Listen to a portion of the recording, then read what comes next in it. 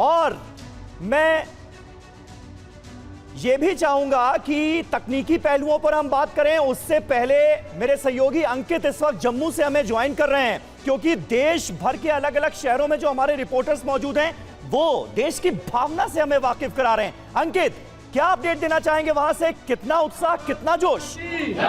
भारत माता की, भारत माता की। बहुत ज्यादा उत्साह है। ये सीआरपीएफ के जवान है और आप देखिए कि भारत माता की जय के किस तरीके से यहाँ पर जय घोष लगाए जा रहे हैं। ये देखिए देश की आन बान और शान, तिरंगा झंडा लिए हुए हर किसी की उस पल के लिए इंतजार कर रहा है जब चंद्रयान 3 की सॉफ्ट तरीके से लैंडिंग होगी।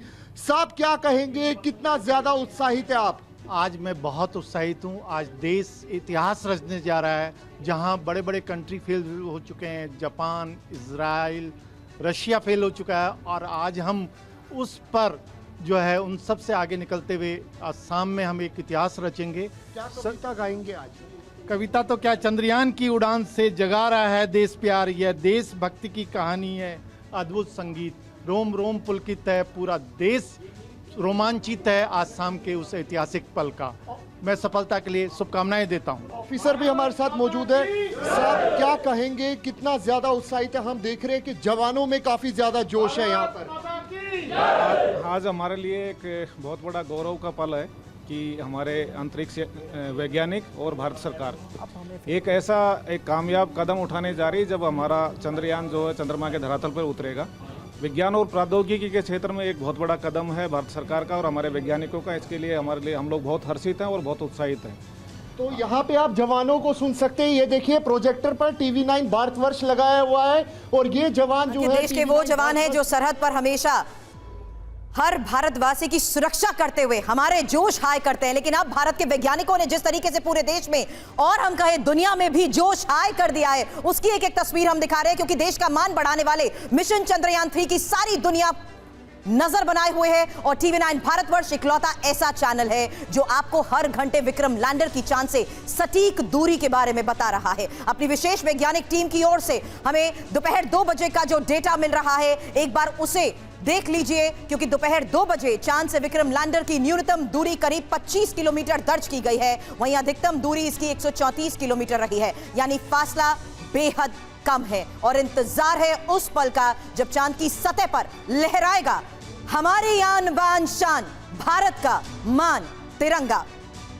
और अब वो देखिए जो इससे पहले आपने नहीं देखा होगा, क्योंकि TV9 भारतवर्ष के इसी हाईटेक स्टूडियो में आपको हम बता रहे हैं किस तरीके से इसी दूरी को तय करते हुए लैंडिंग होगी। अब फिलहाल ये देखिए वो खास तस्वीरें आपके सामने जिसके जरिए वर्चुअली आपको हम ये समझाने की कोशिश कर रहे हैं कि कैसे इस मिशन के तहत भारत इतिहास दर्ज करते हुए लैंड करेगा मून पर। और चांद पर लैंडिंग के लिए ये सॉफ्ट स्पॉट क्या होगा, ये बड़े फैसले उसी वक्त लिए जाएंगे, लेकिन ये लैंडिंग होगी कैसे, ये लैंडिंग कैसे होगी और अंतिम 19 मिनट बहुत ज्यादा महत्वपूर्ण हो जाते हैं, ये हम सब जानते हैं। लेकिन इस बार पुख्ता इंतजाम किए गए हैं सॉफ्ट लैंडिंग के। पुरानी गलतियों से सबक लेते हुए हम बहुत आगे बढ़ चुके हैं और इसरो चीफ खुद ये मान रहे हैं कि इस बार कोई गलती की गुंजाइश है ही नहीं। और सबसे बड़ी बात यह है सुरभि कि हम दक्षिणी ध्रुव पर लैंड करने जा रहे हैं और ऐसा करने वाले हम दुनिया के पहले देश होंगे, इसलिए भी ये कामयाबी बहुत बड़ी। बिल्कुल, लेकिन इस बीच सरल शब्दों में हम ये अपने साइंटिस्ट के जरिए समझते हैं। अभी हमने वर्चुअली ये दिखाया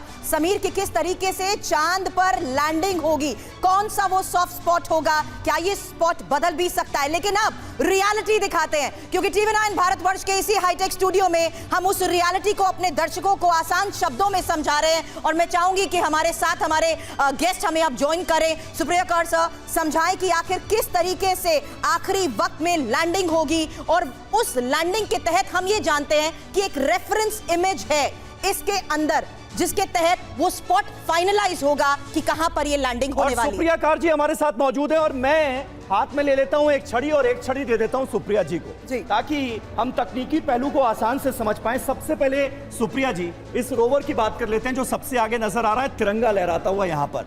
इस रोवर का काम क्या होगा, क्योंकि कहा यह जा रहा है कि लैंडर से तकरीबन 3 घंटे बाद ये रोवर लैंडर से निकलेगा और फिर अपना काम शुरू करेगा। राइट जी, रोवर लैंडर के अंदर ही है And 3 घंटे बाद इसीलिए कहा गया कि जो स्टेबिलिटी के लिए हाँ। जो डस्ट रहेगा लैंड करने के बाद, सो स्टेबिलिटी होगा, टेम्परेचर अलग है, सब थर्मल स्टेबिलिटी सब कुछ मिला के 4 घंटा 3 घंटा वेट करना पड़ेगा।